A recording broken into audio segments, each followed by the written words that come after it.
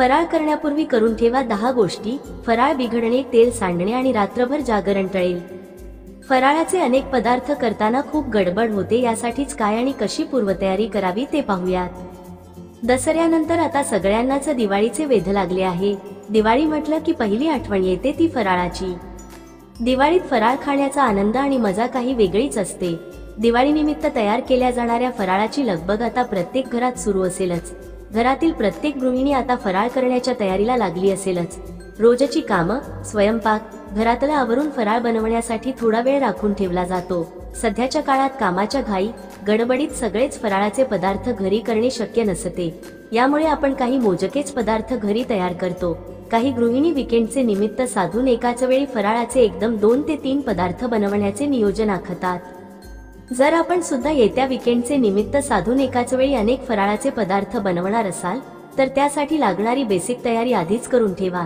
जर फराळाचे 2 ते 3 पदार्थ एकाच वेळी बनवणार असाल तर गडबड गोंधळ उडू नये म्हणून त्यासाठी लागणारी तयारी आधीच केली पाहिजे.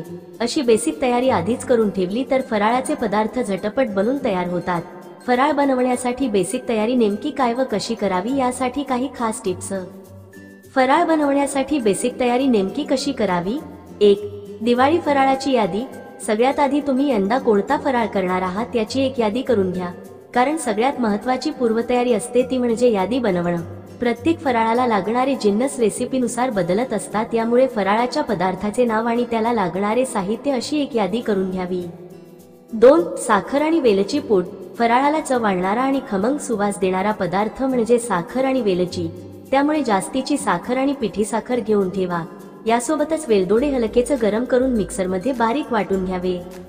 3. सुकं खोबरं. बऱ्याच फराळाच्या पदार्थांमध्ये सुकं खोबरं वापरलं जातं. सुकं खोबरं किसून ते छान भाजून घ्या. त्यानंतर हवाबंद डब्यात भाजलेलं सुकं खोबरं भरून ठेवून द्या. त्यामुळे ते जास्त काळासाठी टिकते. यामुळे तुम्हाला हवे तेव्हा सुकं खोबरं लगेच वापरता येते. 4. डाळी भाजून घ्या.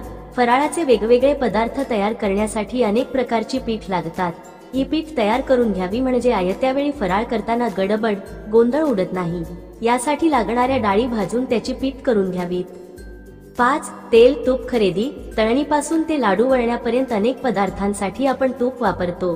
त्यामुळे तुपाच्या जास्तीच्या पिशव्या आणून ठेवा किंवा घरचे तूप वापरणार असाल तर तूप आधीच काढून बरणीत भरून ठेवावे.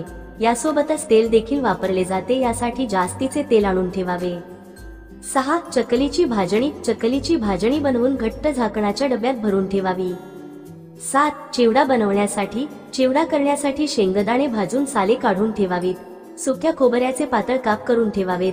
चिवड्याचा मसाला बनवून ठेवावा. 8. ड्रायफ्रूट. काजू बदामचे पातळ काप करून ठेवावे. लाडू बनवण्यासाठी थोडे कुटून ठेवावेत. 9. बेसन. चण्याची डाळ आणून तिला चांगले ऊन दाखवून डाळ दळून आणून बेसन घट झाकणाच्या डब्यात ठेवावे. 10. करंजीचे सारण.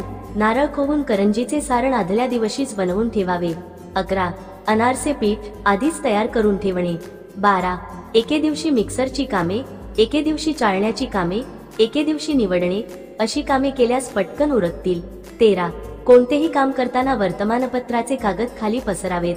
त्यावर प्लास्टिक कागद पसरून ठेवून नंतर चिरणे चाळणे ही कामे करावीत. संपूर्ण व्हिडिओ पाहिल्याबद्दल तुमचे खूप खूप धन्यवाद. वरील टिप्स तुम्हाला उपयोगी वाटल्या असतील तर व्हिडिओला लाईक नक्की करा. त्यासोबत आपल्या फ्रेंड्स फॅमिली सोबत शेअर करा आणि अशाच नवनवीन माहितीसाठी आपल्या एकवीरा किचन या चॅनलला सबस्क्राईब नक्की करा.